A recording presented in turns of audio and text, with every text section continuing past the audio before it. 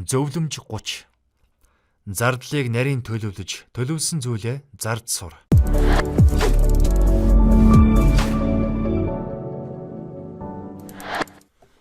Бүх хүн маркетээр бүх хүн хүний нөөц гэж ярьдаг.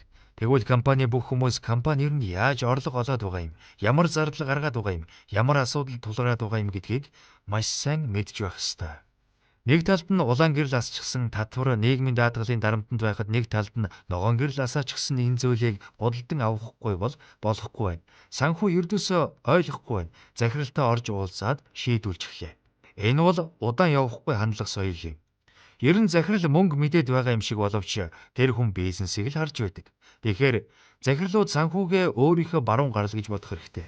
Хэрв танай компани маш сайн тогтсон санхүүтэй, санхүүгийн хувьд хүчрхэг болж гисэн, жилийн төсөв төлөвлөлт томтой, тэрнийг зарах зарцуулах мөнгөтэй бол энэ байдлаар шийдвэр гаргаад зарцуулаад явж болно. Гэвч хэрв тийм биш бол эхлээд санхүүгийн нөхцөл байдал ямар байгаа, орлого хязээ орж ирэхээр байна, зардлууд чухал нь юу вэ?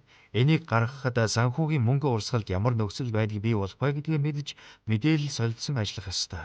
Ямар ч тохиолдолд бизнесийн бүх амжилт ололт, алдаа дутагдал санхүүгийн үзүүлэлт, тоо, мөнгөний тоон дээр л очиж хэмжигддэг гэдгийг анхаараарай.